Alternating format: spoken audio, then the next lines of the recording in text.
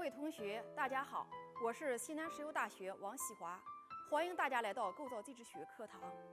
上节课我们学习了节理的分期与配套，这节课我们学习如何编制和分析节理玫瑰花图。在野外，通过观察节理所获得的大量原始资料，必须进行室内整理，并编制相应的节理图鉴，然后结合地质图等图鉴进行分析研究，以探讨构造应力场及解决生产实际问题。为了简明清晰地反映不同性质节理的发育规律，需要将野外所测节理产状要素资料分成不同的组系，予以整理绘图。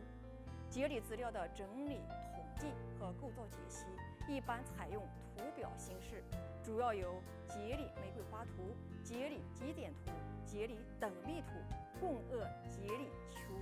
补应力轴图解等。节理玫瑰花图分为3种：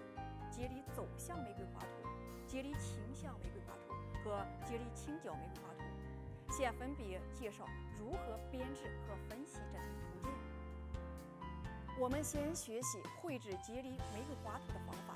表5-1是千坪山8号观测点节理统计资料。第一步，先进行资料的整理，将野外测得的节理走向换算成北东和北西方向，按其走向方位角的一定间隔分组，分组间隔的大小依作图要求及地质情况而定，一般采用5度或10度为一间隔，如分成0度到9度、10度到19度等。然后统计每组的节理数目，计算每组节理平均走向，如0到9度组内有走向为6度、5度、4度3条节理，则其平均走向为5度。把统计整理好的数值填入表5-2中。第二步，确定作图的比例尺及坐标，见图5-33。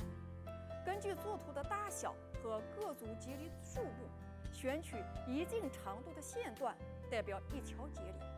然后以等于或稍大于数目最多的那一组节理的线段长度为半径，按比例做半圆，过圆心做南北线及东西线，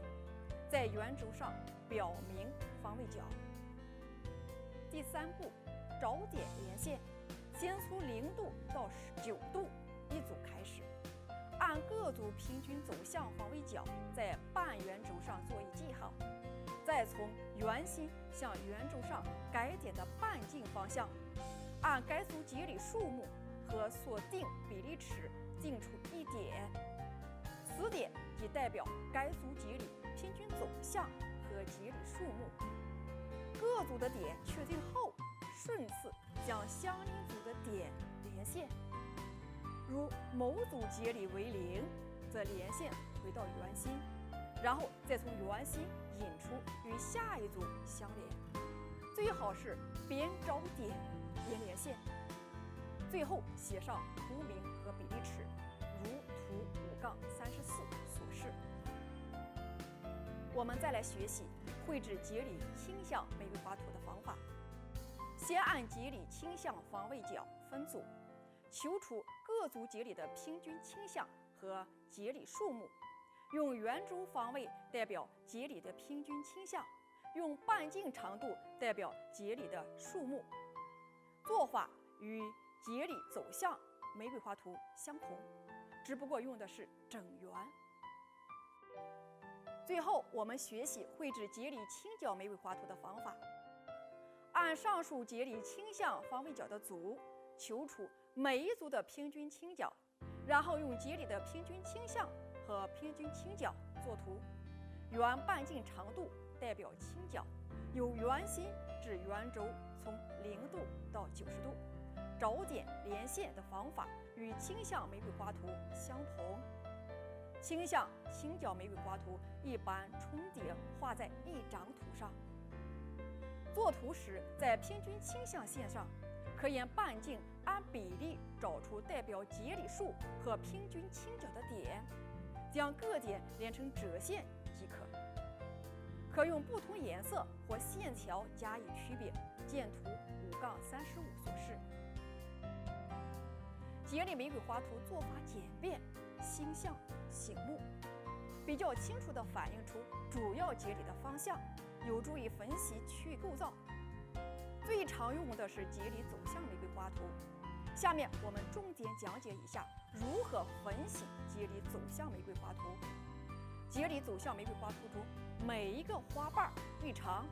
表明该方向角内出现节理数目愈多；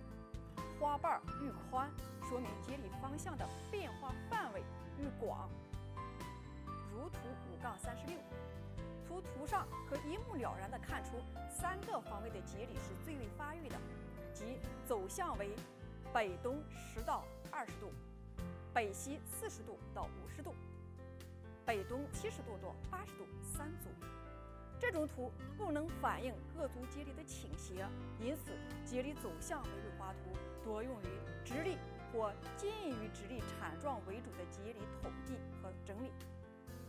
为了表示不同性质的节理，可分别编制不同性质的节理走向玫瑰花图，或在一幅图上用不同色调分别表示不同性质的节理。这节课我们就讲到这里，同学们再见。